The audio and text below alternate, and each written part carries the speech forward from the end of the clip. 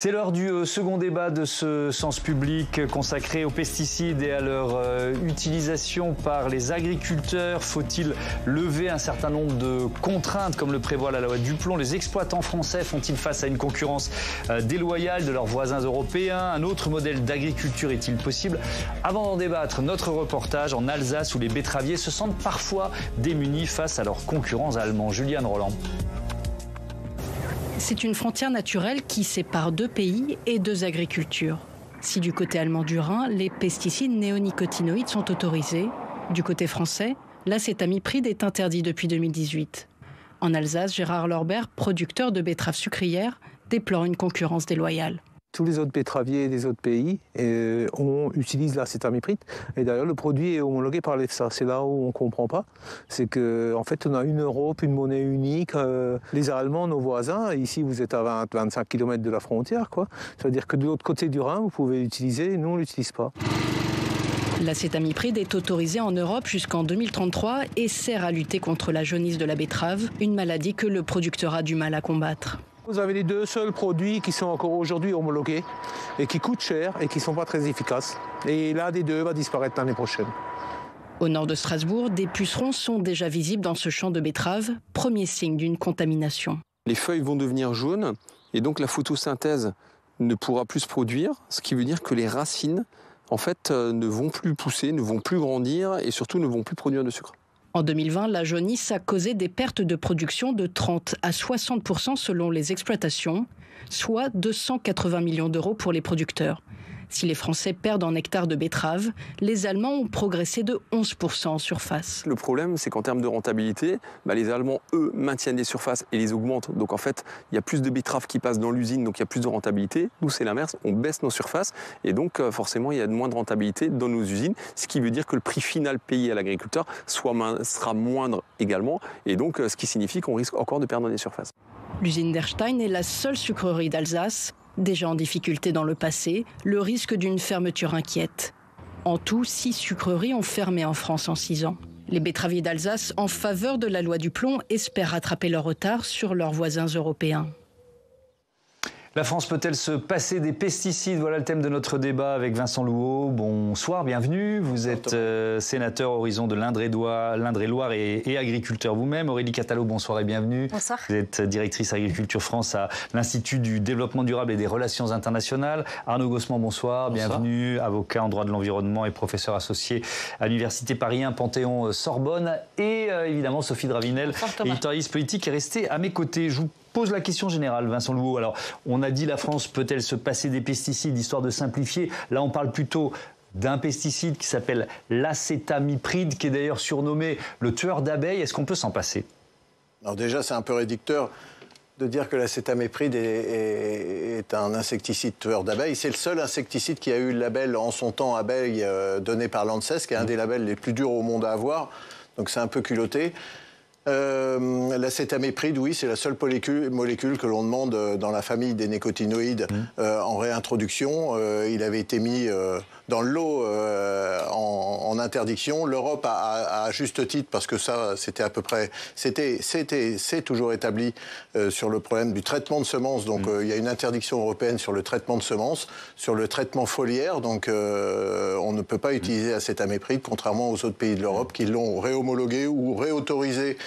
Donc façon exceptionnelle. La France revient sur ce que l'Europe a déjà fait, c'est ça, en réintroduisant cette. En fait, l'Europe n'a jamais interdit, et nous en audition, l'ANSES nous l'a dit. En fait, nous n'avons jamais demandé l'interdiction de l'acétamipride. C'est le politique qui s'est emparé et qui a fait de la politique avec des molécules. Et ça, c'est la limite de l'exercice. Donc, est-ce qu'on peut se passer des pesticides? Est-ce qu'on peut se passer des médicaments? Moi, j'aimerais bien me passer des pesticides. Ça coûte très cher. Ça a beaucoup d'effets secondaires aussi sur la nature qu'il faut prendre en compte. Il faut faire des efforts, il faut tout changer, ça c'est sûr, mais il faut nous laisser juste un peu de temps. Alors, il faut nous laisser du temps, voir quelles sont les alternatives. Effectivement, pesticides, médicaments des plantes. Aurélie Catalo, votre avis sur cet argument qu'on entend souvent? Oui, ça laisse entendre que les pesticides sont beaucoup utilisés en traitement curatif, comme le sont la majorité des médicaments pour la santé humaine, alors qu'en réalité, l'usage majoritaire des pesticides, c'est plutôt un usage préventif qui va jouer le rôle de sécurisation du revenu des agriculteurs. Là, on voyait avec l'exemple de cette molécule de la famille des néonicotinoïdes, le fait qu'il est possible techniquement de faire de la culture de betterave sans avoir recours à l'acétamipride. Par contre, si on est sur une année de contamination par la jaunisse, alors il y a un risque de perte de rendement plus ou moins important pour l'agriculteur. L'utilisation de la molécule n'est donc pas nécessaire pour absolument garantir la production, mais pour garantir un certain niveau de production. Et c'est bien le certain niveau de production qui va faire en sorte que l'agriculteur, il va être plutôt vous dites quoi, à c'est plutôt une assurance économique, c'est ça? C'est ça, c'est ça. Ça joue le rôle du fait que l'agriculteur, il sécurise son rendement. Et s'il sécurise son rendement, il sécurise une bonne partie de son revenu.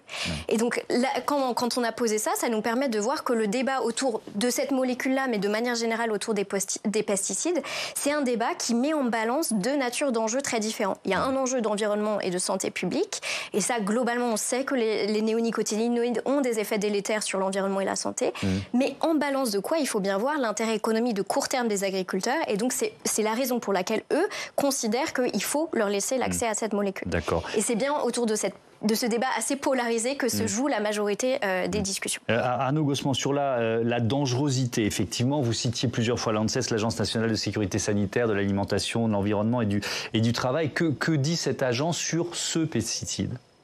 Alors, effectivement, ce n'est pas à l'ANSES même de prendre la décision finale d'autoriser ou pas un pesticide. C'est d'abord au niveau européen que ça se joue. Il faut rappeler, jusqu'en 2015, la France a décidé d'interdire toutes les familles de néonicotinoïdes, dont l'acétamipride, dont nous parlons aujourd'hui.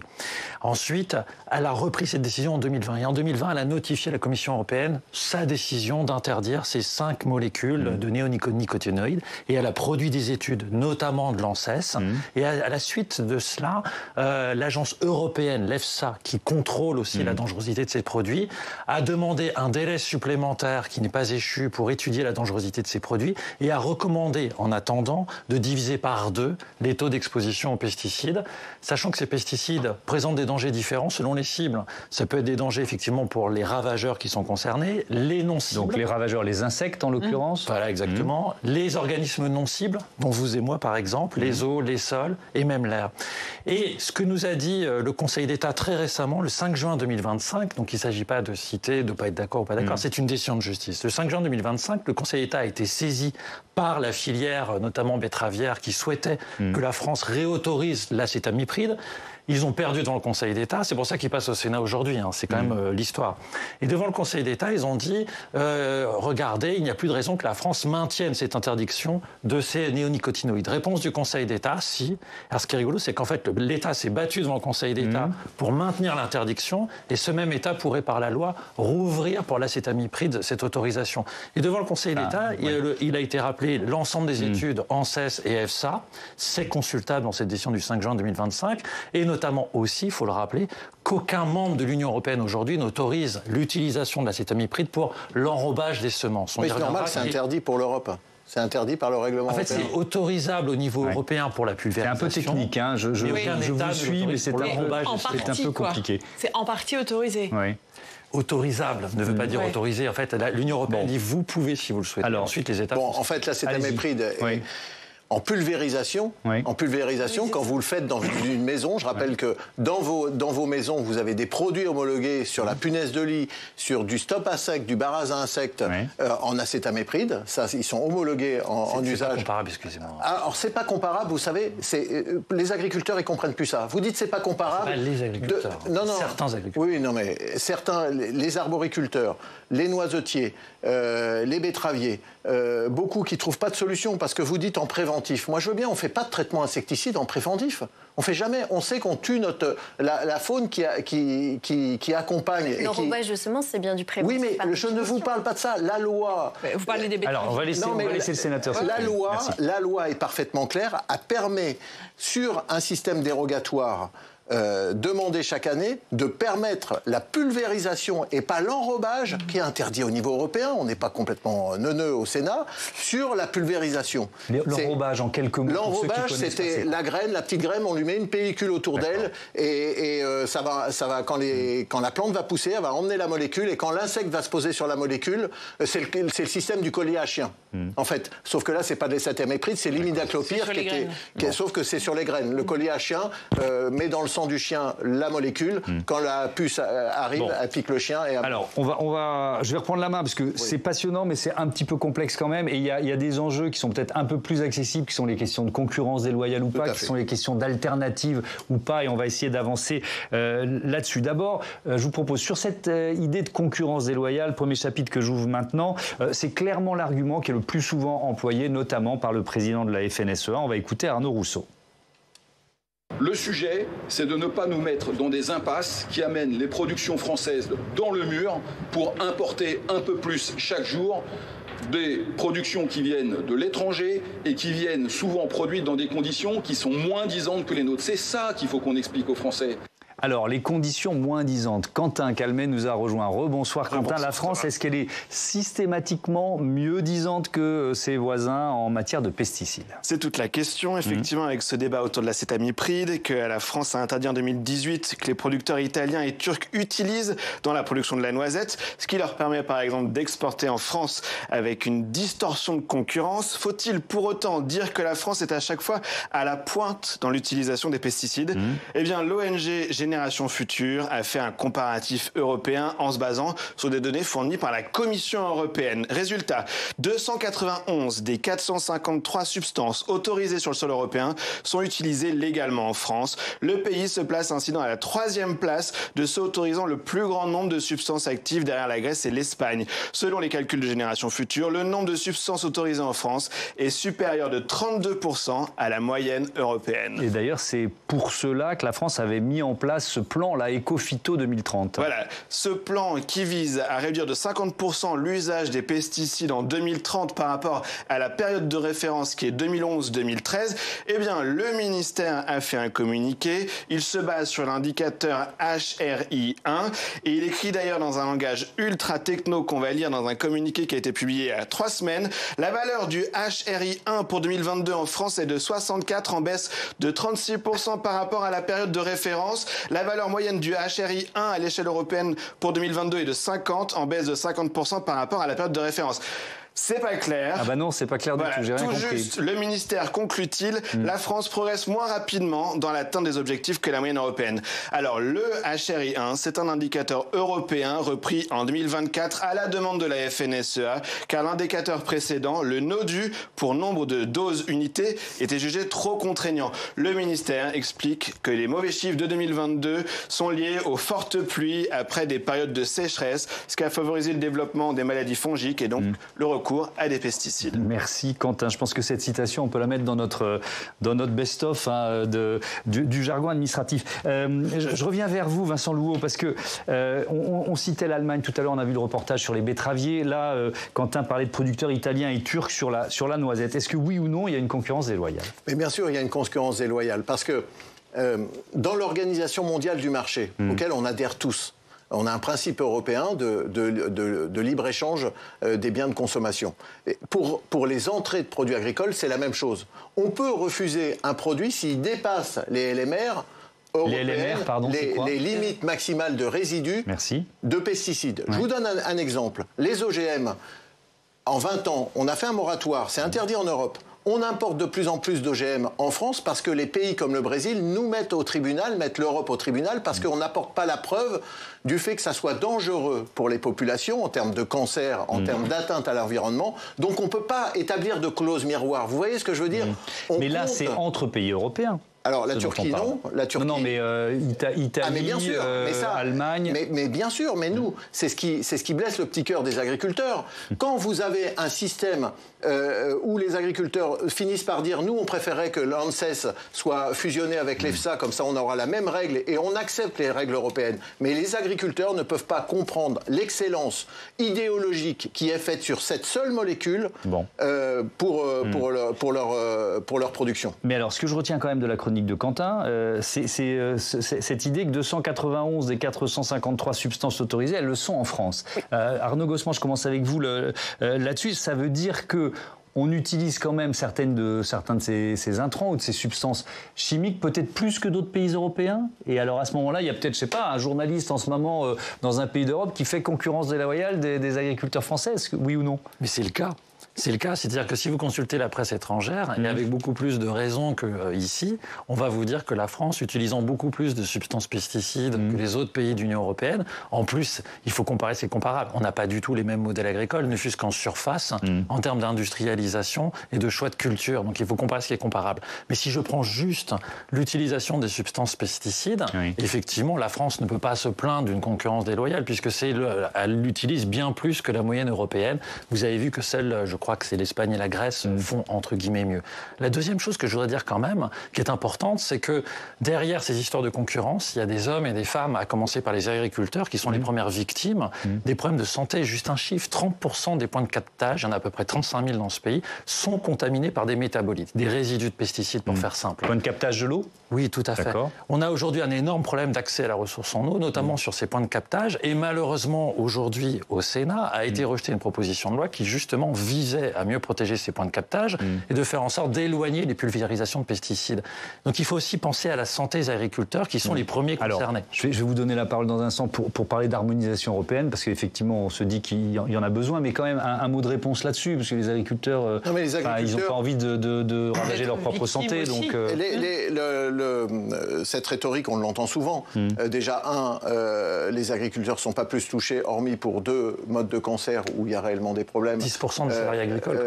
Oui, mais ça a été analysé par des cancérologues et des scientifiques. C'est pas juste un chercheur qui dit une chose. Ça, c'est la MSA qui dit ça. Oui, la MSA, c'est parfaitement clair. Second point, on a fait beaucoup d'excès à une époque. Mais on reconnaît, on a arrêté 90% des molécules les plus nocives ont même été, Marc Fesneau le rappelait, 95% des molécules les plus nocives ont été totalement interdites. Les maladies d'aujourd'hui sont liées aux excès d'hier, je suis venu en train. Je suis venu en train. Quand vous voyez l'état des voies ferrées, où ils ont mis des pesticides, les pires pesticides pendant des années, même dans les traverses de chemin de fer, tout ça, ça rentre, ça met des dizaines d'années à rentrer. Donc c'est pas un robinet que vous fermez. Vous avez une dynamique qui fait qu'on est pollué pour les 20 ou 30 prochaines années. Je peux le regretter. Peut-être qu'il faut d'autant plus s'arrêter. Oui, mais ce que je veux dire, c'est que moi, je veux bien qu'on arrête tout. Et puis, parce que vous savez, à un moment, il faut dire clairement aux agriculteurs, comme le textile, si vous voulez arrêter, vous nous payez et on arrête. Aujourd'hui, c'est un choix de société. Vous voulez, en sortant de Paris, aller voir la carte postale. Vous payez des gugus pour faire la carte postale, mais pas des agriculteurs. Aujourd'hui, nous, on veut vivre de notre métier. Aujourd'hui, ou alors vous nous payez la sortie de l'agriculture. Alors on est au cœur du débat intensive. On est au cœur du débat sur le modèle agricole que l'on veut pour les prochaines années, et ce sera évidemment aussi l'un des chapitres de cette émission. L'harmonisation européenne, est-ce qu'elle est en cours? Est-ce qu'il y a quand même quelques esprits qui se disent on pourrait faire en sorte qu'en matière de pesticides, qu'on ait les mêmes règles partout? Il y a bien des parties prenantes, oui, qui considèrent qu'aujourd'hui, ça aurait plus de sens d'autoriser et l'homologation des substances actives et l'homologation des produits finis directement à échelle européenne. Ceci étant dit, je voudrais quand même revenir sur cette histoire de où se situe la France là-dedans et à quel point les agriculteurs français auraient intérêt ou pas à cette harmonisation au niveau européen. Je ne savais pas que votre chroniqueur montrerait ces chiffres. Moi, j'étais allée voir la même base de données de la Commission européenne aujourd'hui même, et c'est quelque chose qui est assez mouvant. Aujourd'hui, il y a 303 substances actives qui sont autorisées en France. Seul un État membre est devant nous à date, l'Italie 304. Ce sont les jours d'aujourd'hui. Par ailleurs, sur l'utilisation les quantités de pesticides par hectare, la France est à peu près à la moyenne européenne. On est à 3,49 kg par hectare de pesticides utilisés. La moyenne européenne est à 2,89. Donc on est un petit peu au-dessus de la moyenne. Donc autrement dit, on n'est pas les pires élèves, mais on n'est pas les meilleurs non plus. Donc posons-nous la question de cette harmonisation au niveau européen. Elle est a priori tout à fait souhaitable dès lors qu'on évolue dans un marché commun. Mais si cette harmonisation se produit, anticipons le fait que ça pourrait vouloir dire davantage de restrictions pour les agriculteurs français. Et ces agriculteurs français, on a bien en tête que pour faire leur transition, ils ont besoin de temps, ils ont besoin d'anticipation, il n'y a aucun doute là-dessus. Mais en l'occurrence, avec la substance dont on parlait au début de cette émission, l'acétamiprid, ça fait 10 ans qu'on parle de revenir, d'interdire l'usage de cette substance. 10 ans, ça commence à être un pas de temps suffisant pour mettre en route de la recherche et développement, pour proposer des alternatives et pour anticiper l'évolution des des modèles économiques. Merci de m'offrir la transition, parce que justement, on va parler de ces alternatives. Est-ce qu'elles existent? Est-ce qu'elles sont efficaces ou pas? Écoutez, la cofondatrice d'une start-up qui est basée à Rennes, elle s'appelle Enelepik, elle travaille sur, je simplifie, mais un parfum qui ferait fuir les insectes ravageurs. Écoutez. On développe des odeurs pour modifier le comportement des insectes dans les milieux naturels. C'est-à-dire, on crée des répulsifs et des attractifs pour soit faire fuir les insectes ravageurs des cultures ou les attirer dans des zones ou dans des pièges. En fait, toute la différence avec les pesticides, c'est justement les odeurs, ça tue pas. On modifie le comportement des insectes. Et ça, c'est utilisé par les betteraviers pour les plants de betteraves. Vincent Louot, qu'est-ce qu'ils en disent, ces agriculteurs? Ça marche pas assez? En fait, on n'a pas assez cherché depuis assez longtemps. Vous dites que c'est aussi simple que le temps passé. On vous a prévenu depuis 10 ans, vous auriez pu chercher, trouver. Moi, j'aimerais bien pouvoir résoudre aussi la problématique du cancer. Et il y a plus de 10 ans qu'on cherche et on ne trouve pas forcément certaines choses pour certaines maladies.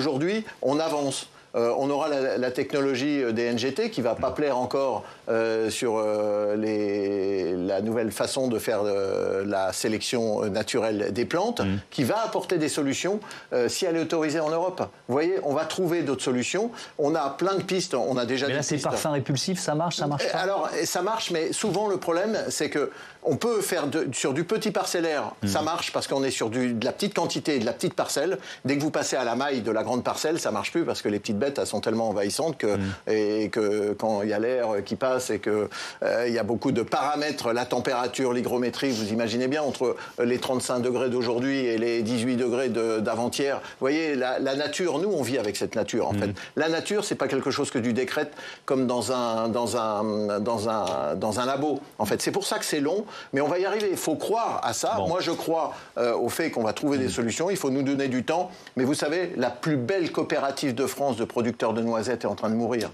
Il lui manque 30 millions d'euros. Après, une fois que ça sera fini, vous mangerez du saucisson à la noisette, turc, plein de pesticides que vous aurez voulu interdire en France. Donc à un moment, ou alors vous mangerez plus de noisettes. Mais, ou pas de saucisson. Ouais. Non, mais voilà, mais on peut avoir toujours ce fait de balayer de la main, de dire, mais vous savez, on importe déjà 60% de notre poulet. Si c'est une question vraiment sérieuse, parce que moi, je ne peux pas accepter qu'on dise, en France, on arrête tout un tas de choses, on n'arrive plus à produire ce qui est une réalité, et à la fin, on importe lourdement. Ça, je ne peux pas accepter ça. Oui, parce que les consommateurs, ils vont sans doute continuer d'acheter des noisettes. Arnaud Gosselin. Et du saucisson, pardon. Bah oui, c'est bon le saucisson. Bah oui. Bien sûr.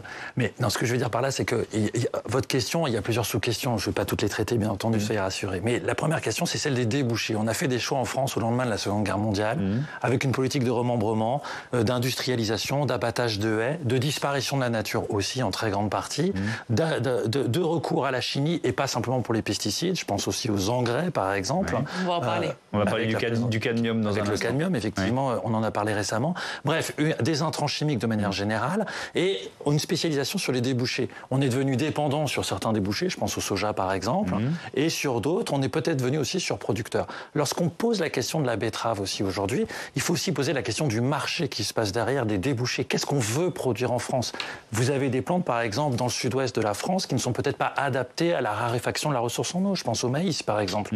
Ce débat qu'on devrait avoir sur quelle agriculture, quel débouché et pourquoi on a recours aux pesticides, j'ai l'impression qu'on l'a pas. On est sur du très très très court terme en disant voilà, cette année telle coopérative perd de l'argent. Et si on élargissait un peu la focale, ce qui est quand même le rôle du politique, de dire il y a des problèmes sanitaires, on peut pas continuer comme ça, on va pas appauvrir les sols de plus en plus. C'est l'agriculture qui va y perdre. Ces sols ne seront plus fertiles demain. Donc qu'est-ce qu'on fait par rapport à ça? Et je reviens sur cette alternative parce que effectivement, ça fait des années qu'on travaille dessus. Je reste, je suis un peu basique, les betteraviers, une alternative aux pesticides, est-ce que ça marche ou pas? Est-ce qu'on a donné suffisamment de moyens, parce que ça c'est une vraie question, aux chercheurs pour trouver une alternative peut-être plus vite? Je pense que c'est une question très pertinente. D'une part, il y a la question des moyens, des priorités qu'on se donne. Politiquement, à un moment donné, la filière betterave en particulier s'est davantage battue pour obtenir des dérogations pour continuer à utiliser des néonicotinoïdes qu'à prendre à bras-le-corps le sujet de la recherche d'alternatives. Deuxièmement, les alternatives de la famille des biosolutions, donc c'est ce qu'on voyait dans votre reportage, existent et fonctionnent, mais tout de même avec une moindre fiabilité, comme monsieur le sénateur l'a rappelé, et avec aussi une compétitivité prix qui est un peu inférieure aux pesticides classiques. Donc aujourd'hui, l'attractivité économique pour un betteravier, elle est supérieure avec l'utilisation d'un pesticide classique que l'utilisation des biosolutions. Et donc, l'agriculteur étant rationnel économiquement, il est normal qu'il soit porté plutôt à privilégier davantage le recours aux pesticides. Et là-dedans, encore une nuance que je pense que monsieur le sénateur a mis sur la table, on met dans le même panier la situation, par exemple, des producteurs de betteraves et les producteurs de noisettes face à la réautorisation d'une molécule de la famille des néonicotinoïdes. Ce faisant, on compare deux situations qui ne sont pas comparables. La filière noisette, ça a été dit, c'est une filière qui est en très mauvais état en France. De manière générale, l'arboriculture en France se porte mal. Ils font partie des types d'agriculteurs qui ont les revenus structurellement les plus bas en France. Très peu de moyens de recherche et développement dans cette filière-là. La filière betterave, ça fait partie des grosses filières de l'agriculture française. Qui aurait pu payer un peu plus de recherche dans lesquelles les revenus des agriculteurs sont moins mauvais, dans lesquels les taux de souveraineté ou d'auto-approvisionnement en France sont en moyenne autour de 100%, alors que sur la betterave, on est entre 5 et 12%. Donc peut-être qu'on peut aussi s'autoriser un peu de nuance et se dire que oui, il y a des cas de figure où économiquement, il y a une urgence et ça peut peut-être se justifier pour certaines filières. Par contre, pour les betteraviers, il y a des marges de manœuvre économiques pour envisager des baisses de rendement ponctuelles et envisager les transformations structurelles qui sont requises. Il y a encore plein de thèmes à aborder. On va parler du cadmium dans un instant, mais peut-être un mot de réponse quand même. Non, ce que j'entends, c'est que les betteraviers ont les moyens, ils n'en ont pas mis assez dans la recherche. Dans la recherche de l'INRA. Écoutez, les problématiques, elles sont sectorielles, elles sont montées dans un système qui marche quand même assez bien. Dire que les betteraviers sont trop gras, ils n'ont pas fait assez d'efforts, c'est pas ce que j'ai dit, non. On peut le penser. Je dis juste que à force de pousser la caricature surtout, et on va en parler encore avec le cadmium parce que là, je sens que ça va venir. Pas forcément, ça sera peut-être pas caricatural, justement. Le problème, c'est que nous, les agriculteurs, on a plus de... On sent qu'on est un peu acculé au fond d'un système où en fait on va se faire rouler dessus sur une problématique qu'on ne peut plus produire. Et je vous jure, moi je reviens de chez moi parce qu'il a fallu que je fasse un aller-retour en Touraine. Nos cultures à 30 degrés, elles sont en train de perdre 50% de leur potentiel. C'est un désastre dans la nature. Comme on n'a pas payé d'obus à l'Ukraine, on a une perte de 30% du prix du blé. Parce qu'on a bien compris. On a importé pour l'effort de guerre tous les produits ukrainiens parce qu'on ne pouvait pas leur donner d'obus, donc on leur a pris tous leurs produits agricoles. Il y en a pour 4-5 milliards par an quand même. Ça a déséquilibré tous nos marchés, ça a fait plonger les prix. C'est des pertes sèches de plusieurs dizaines, voire centaines de milliers d'euros pour les agriculteurs. Vous savez, les efforts, on les fait tous, mais à un moment, le prix des engrais, on a fait d'énormes efforts pour diminuer nos prix de nos consommations d'engrais, vous le savez, parce que si vous regardez le phosphore, on va en parler, mais là on trouve ça trop raide. Bon, ok, voilà. on a entendu l'argument. Alors effectivement, on va se concentrer pendant quelques minutes sur cette histoire de cadmium, et vous nous dites, Sophie, c'est important de tout entendre évidemment, mais qu'il ne faut pas céder à toutes les paniques. En tout cas, pas tout de suite. Pas forcément tout de suite. Il faut essayer de repérer dans les agendas les intérêts des uns et des autres, ou est-ce que sinon de faire diminuer notre capacité d'engagement, d'indignation et d'action. En tout cas, la semaine dernière, comme beaucoup de Français, et sans doute ici autour de la table, on lisait ces articles sur les dangers du cadmium, un métal lourd, cancérigène avéré. Mais ce n'est ni un pesticide, ni un polluant éternel, c'est un métal qui est présent naturellement dans l'environnement est contenu dans les roches phosphatées qui servent à fabriquer les engrais, Thomas. Et il est présent en particulier en France dans les céréales du petit déjeuner, dans celles de nos enfants, de mes enfants, de vos enfants. Voilà. Et pourquoi on en reparle aujourd'hui de ce cadmium ? En fait, c'est un peu la question que je me suis posée parce qu'effectivement, sa nocivité est avérée depuis 2021. En tout cas, on a des études très nettes sur les dangers que cela représente. Après, le seuil d'utilisation autorisé en France France est 3 fois supérieur à celui recommandé par l'Agence nationale de sécurité sanitaire et l'ANSES. Et donc c'est un problème et il est sans doute bon de rappeler qu'il y a un problème avec le cadmium, peut-être aussi le 5 juin dernier, puisque c'était le cas pour la journée de l'environnement. Mais alors vous avez trouvé une autre raison aussi. Bah oui, parce que quand même l'agriculture française, elle est forte consommatrice d'engrais par sa nature un peu intensive. Son phosphore, elle le trouve essentiellement dans des mines, Thomas, marocaines. Et c'est une chasse gardée du roi du Maroc. C'est un peu son trésor. Et sauf que ce phosphore-là possède un fort taux de cadmium. Alors ils font beaucoup d'efforts pour se mettre au niveau, mais quand même, c'est... difficile. Alors que les Russes, et là ça devient très intéressant, de leur côté, ils ont des engrais avec une très faible dose de cadmium. Alors, je résume, parce que devant des spécialistes, c'est compliqué. Il y a l'azote, le phosphore, la Russie, le Maroc. Mais globalement, il y a une guerre des engrais, effectivement, entre la Russie et le Maroc, parce que le géant russe, il faut le savoir aussi, Phosagro est dirigé par Andrei Gouriev, qui est un proche de Poutine, et que l'Europe vient seulement, on se demande pourquoi juste maintenant, mais de fait, ce sera actif au 1er juillet, de décréter des droits de douane pour ces engrais dans le cadre de la guerre en Ukraine. Et la Russie, elle craint de perdre ses marchés. Et il y a une guerre d'influence lancée sur le cadmium. Et puis, il y a aussi un dernier acteur, même si je suis longue, il faut le dire, l'Union régionale des professions de santé, l'URPS. Ce sont eux qui ont lancé l'alerte. Et il faut savoir qu'ils se sont offerts quand même une belle visibilité avec cette campagne. Mais cette URPS, ils ont eu quelques soucis par le passé, et notamment un rapport de la Cour des comptes qui était extrêmement offensif pour eux, contre eux, avec des dénonciations de politique immobilière trop confortable, des finances opaques et discutables, une gouvernance à la peine, une faible représentativité. Et le médecin qui était porteur de ce dossier-là n'est visiblement pas tout à fait au point du point de vue scientifique, au moins sur ce dossier-là. Et donc moi, je trouve que nos céréales ont un arrière-goût, pas seulement de cadmium, et c'est bien aussi de le dire. Merci beaucoup, Sophie. On n'est pas dupes de l'agenda et du calendrier des uns et des uns et des autres dans cette histoire, et c'était, je crois, important de le dire. Pour autant, est-ce que vous parlez de bombe sanitaire ? Parce que c'est le mot qu'on a employé dans les articles, Arnaud Gossement. Moi, j'aime pas les expressions type bombe, historique, etc., etc. Donc, c'est pas moi qui vais encourager ça. Et j'ai envie de dire, peu importe. L'important, c'est le rapport de Santé publique France. Je pense que personne ne conteste l'indépendance et le sérieux. C'est une agence d'État. Et le rapport de 2021, lui, je ne parle pas de sa résurgence aujourd'hui, de son agenda médiatique. Simplement, en 2021, effectivement, il y a un lien qui est établi par cette agence avec le cancer du pancréas, qui est quand même l'un des plus graves, l'un des plus fulgurants, qui connaît la plus grave évolution, notamment chez les jeunes, qui sont très fortement touchés par ce cancer du pancréas. Et ça peut être lié à la cigarette aussi, Bien sûr, mais vous savez, ça fait penser à l'amiante où on disait écoutez, c'est pas très grave, s'il y a des gens qui meurent de l'amiante, de toute façon, il y a des gens qui fument, ils auront bien un cancer du poumon. C'est pas ce que j'ai dit. Non, mais je dis juste que dans les causes qu'on essaye de trouver, il faut pas oublier la cigarette. Non, mais d'accord, mais c'est pas parce qu'il y a une cause de mortalité que ça exonère une autre cause de mortalité. On est d'accord. On est d'accord pour la combattre. Il faut combattre le tabac, bien entendu, mais il faut aussi combattre... On parlait en termes de communication, le fait de parler céréales des enfants, c'est un tout petit peu plus mais ça ne dévalorise anxiogène. Pas. Non, mais le rapport de Santé publique France également fait état du pain industriel, etc. Donc ça ne dévalue pas la portée des conclusions de Santé publique France. Ça ne les valorise pas, ça ne les dévalorise pas. Est-ce qu'il y a un chiffre qui a été donné, pardon Thomas, qui est le fait qu'il y ait 80% de moins d'utilisation du cadmium depuis les années 90, et que donc finalement les chiffres qui ont été donnés en 21, qui datent de 2016, sont pas forcément valables aujourd'hui, sachant qu'il y a une autre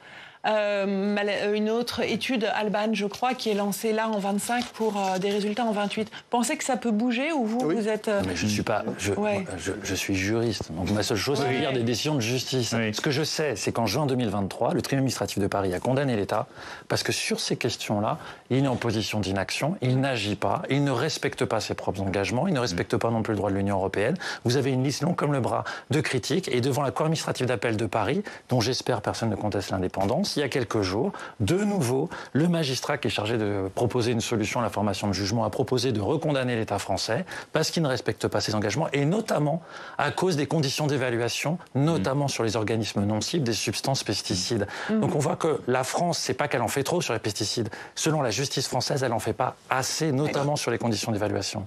C'est pas moi qui le dis, là c'est deux juridictions différentes. Mais c'est parfait, vous avez tout à fait raison. Vincent Louveau. Vous avez raison, parce que la France ne fait pas assez. Aujourd'hui, aucun médicament traité de vos stations d'épuration.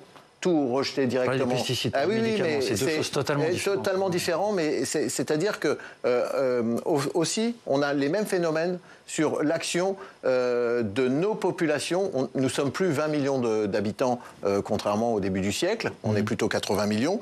La pollution au cadmium est clairement une pollution qui est dangereuse.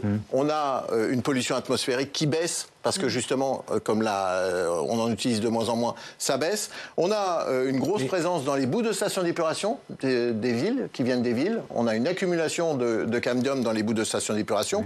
Nous, les agriculteurs, on épand presque gratuitement plusieurs centaines de mille tonnes de boues de stations d'épuration qui viennent des villes. Et enfin, il y a les engrais. Et c'est vrai que les engrais, c'est encore le bouc émissaire des engrais. On s'est mis dans les bras de Poutine. Est-ce que c'était le moment de se mettre dans les bras de Poutine sur le principe de précaution? Effectivement, et c'est pas seulement du principe de précaution. Si on sait que c'est dangereux, pourquoi on s'en passe pas? Mais en fait, pourquoi on peut se passer? Je dis pas que c'est facile. On peut se passer du phosphate. Ça fait partie. Alors, on a baissé de 60% la consommation de phosphate en France. C'est une réalité, parce qu'en fait, les agriculteurs qui sont pas complètement neuneux, ils ont compris qu'on arrivait à produire la même quantité de céréales avec 60% de phosphate en moins. En plus, ils se stockent dans le sol. Donc, on a vécu sur nos réserves qu'on avait mis dans le sol dans les années glorieuses où on ne se rendait pas compte de mettre une tonne de 3 x 17 pour ce 17 d'azote, 17 de phosphore et 17 de potasse. Donc, on a stocké. Le stock est bien fini maintenant. Et aujourd'hui, on utilise beaucoup moins. La dose de cadmium apportée pour 100 kg de phosphate ou 80 kg de phosphate est très minime. Et donc, encore une fois, on fait peur à beaucoup. On fait peur. Le problème, c'est l'utilisation de la peur par des officines où les corps. Et je vous remercie. Non, mais je vous remercie parce que c'est pas souvent que ça arrive. On n'a pas entendu Aurélie Catala. Pourquoi est-ce qu'on utilise des pesticides et pourquoi est-ce qu'on utilise des engrais? On sait scientifiquement que l'utilisation des pesticides est, dans la quasi-totalité des cas, pas bonne pour la santé, pas bonne pour l'environnement, et l'excès d'azote n'est pas bon non plus. Et on le fait pour des raisons économiques. Et il faut le dire, ça n'est pas un gros mot. On le fait parce que sans pesticides et sans engrais, on a de moindres volumes de production. Et ça veut dire quoi? Ça veut dire potentiellement moins de revenus pour les agriculteurs, en tout cas à prix de marché constant. Ça veut dire moindre, voire largement moindre rentabilité des industries agroalimentaires françaises, celles qui vont collecter, stocker, transformer les produits des agriculteurs français.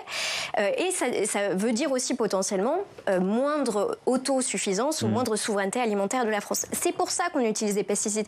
On n'utilise pas des pesticides parce qu'on pense que finalement c'est pas mauvais pour l'environnement. Et donc l'enjeu c'est, est-ce qu'il existe des modèles de rentabilité économique pour les agriculteurs, pour les industries agroalimentaires, dans lesquels on n'utilise pas, très peu, voire pas du tout, de pesticides.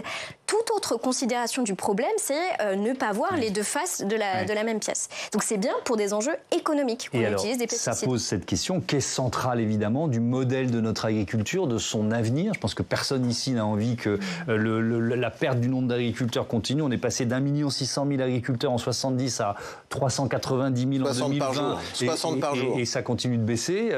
Et il y en a 55%, je crois, qui partent à la retraite d'ici 2030. Donc bon, je pense que personne n'a envie que la France soit plus un pays d'agriculteurs, mais avec quel modèle? Et je reviens à la question des pesticides. Tous les agriculteurs militent pas pour le retour de ce pesticide dont on parle depuis le début de notre débat. On va écouter Stéphane Gallet, qui est porte-parole de la Confédération paysanne. C'est un autre son de cloche. Ce message-là, il est essentiel en fait de dire que effectivement tout le monde agricole ne soutient pas cette proposition de loi et que d'ailleurs elle concerne qu'une minorité des agriculteurs et des agricultrices en France et qu'elle va le servir en particulier les intérêts de l'agro-industrie. En fait, cette loi-là, elle a été pensée par et pour l'agro-industrie depuis les colères agricoles. Elle a été écrite par la FNSEA, elle est portée par le gouvernement. Donc pour nous, c'est une loi qui est à contresens de l'histoire, qui va à l'encontre des intérêts des paysans et des paysannes et qui va à l'encontre de l'intérêt général. Qu'est-ce que vous lui répondez, Vincent Louis? Est-ce que vous êtes à contresens de l'histoire? C'est son argument. Non, mais je sais, j'entends souvent cet argument. Après, moi, j'assume un schéma économique agricole excellent sur l'environnement, qui doit toujours repousser les limites grâce à la science de produire mieux avec moins de pesticides et moins d'engrais et moins d'intrants, parce que c'est l'objectif, avec des objectifs ambitieux au niveau environnementaux. Mais vous savez, quand vous avez... des mots, ça. Oui, mais quand vous avez aussi le pays qui a les meilleures terres d'Europe, en partie, le pays qui exporte, et dans les équilibres mondiaux, qui exporte une partie de ses céréales en Afrique du Nord, et qui évite que les populations traversent aussi la mer parce qu'ils n'ont rien à manger. Il y a une réalité d'équilibre géopolitique liée au marché du blé. L'Égypte importe 30 millions de tonnes de blé tous les ans. C'est pas rien, imaginez. Donc cet acte de production... Vous dites la France, on n'est pas dans une bulle. Non, on n'est pas dans une bulle. Moi, je m'inscris dans une agriculture où on exporte beaucoup de vin, bien sûr. La balance commerciale est très importante pour le vin.